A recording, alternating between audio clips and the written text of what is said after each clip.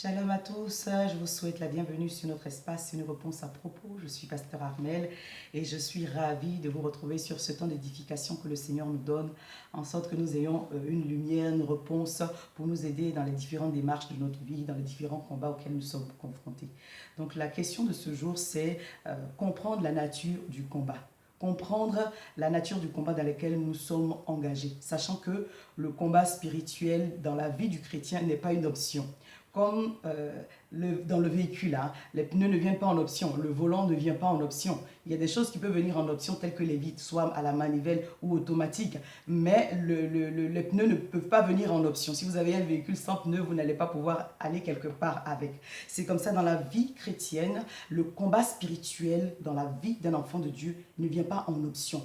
La Bible dit que le peuple de Dieu a été délivré donc, de l'Égypte pour aller à Canaan. Donc sur le chemin, le Seigneur les a exercés au combat, à travers le combat contre les Étiens, les Éviens et toutes ces nations-là, pour que Israël puisse prendre possession de son héritage et entrer dans sa promesse. Donc en tant qu'enfant de Dieu, sachant que à la base, le combat spirituel ne vient pas en option. Nous devons comprendre la nature du combat en sorte de préserver notre cœur, premièrement, et garder notre assurance. Donc, comprendre la nature du combat, en sorte, premièrement, de préserver notre cœur, parce que de notre cœur viennent les sources de la vie, et garder notre assurance, parce que ce sont les violents qui s'en emparent. La Bible dit, depuis le temps de Jean le Baptiste, le royaume des cieux est forcé, et ce sont les violents qui s'en emparent. Et donc, je vais lire mon texte de base, hein, c'est sur la base de laquelle on va aller, on aura deux exemples dans la vie de David et dans la vie de Joseph.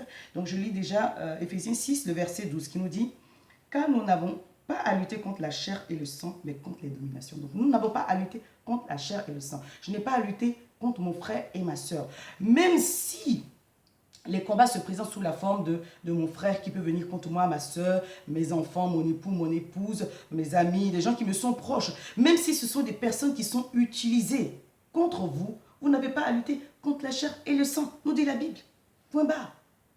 Ça veut dire que derrière le combat qui se présente de mon frère ou de ma soeur qui vient contre moi, derrière cela, il y a un combat qui est spirituel. Donc, je n'ai pas à regarder à mon frère, je n'ai pas à regarder à ma soeur, mais j'ai à prendre en compte que le combat, il est à la base spirituel. Donc, nous avons à lutter contre quoi? Contre les dominations, contre les autorités, contre les princes de ce monde des ténèbres, contre les esprits méchants dans les lieux célestes.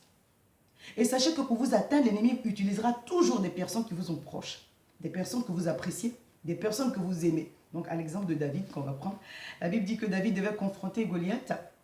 À la base, il est venu pour aider ses frères donc sur le champ de bataille dans 1 Samuel 17.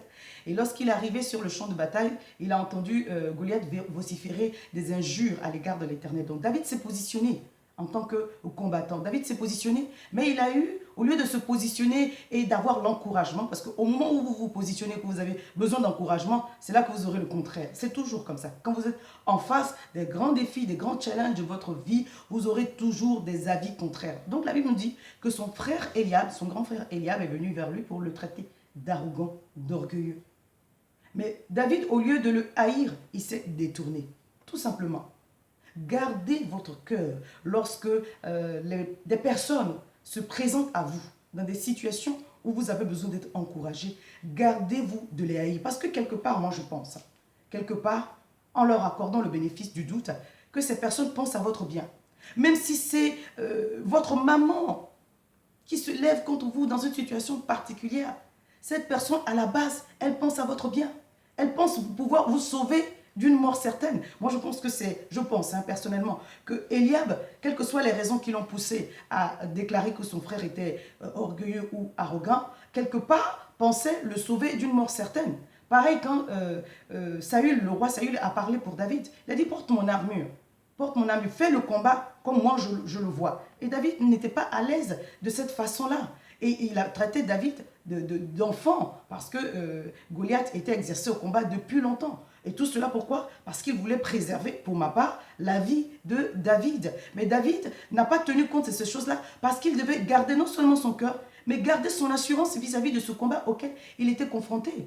C'est vrai que dans certaines situations, c'est difficile à croire que les gens peuvent penser à ton bien. Par exemple, dans le cas de Joseph, quand Joseph a été vendu par ses frères, il a raté la mort, il a loupé la mort, comme on le dit, parce qu'il y en a un qui a proposé qu'on le tue. C'était nullement dans son intérêt. Mais quelque part, on peut penser qu'il ne savait pas ce qu'il faisait. Donc, dans le combat auquel nous sommes confrontés, quelles que soient les personnes qui sont utilisées pour vous abattre, pour vous décourager, pour vous freiner, ne regardez pas ces personnes-là, regardez au combat spirituel, regardez à la forme spirituelle, regardez que vous êtes engagé dans quelque chose qui est au-delà de ce que vous voyez, quelles que soient les circonstances. Les gens ne sont pas l'objet de votre combat. Votre combat, il est contre les princes de ce monde des ténèbres, les esprits qui sont dans les airs. La Bible dit que Daniel a prié pour la restauration d'Israël dans le livre de Daniel. Et quand la réponse était en train de venir, un démon a combattu sa réponse. Et l'archange a été soutenu dans le combat par un autre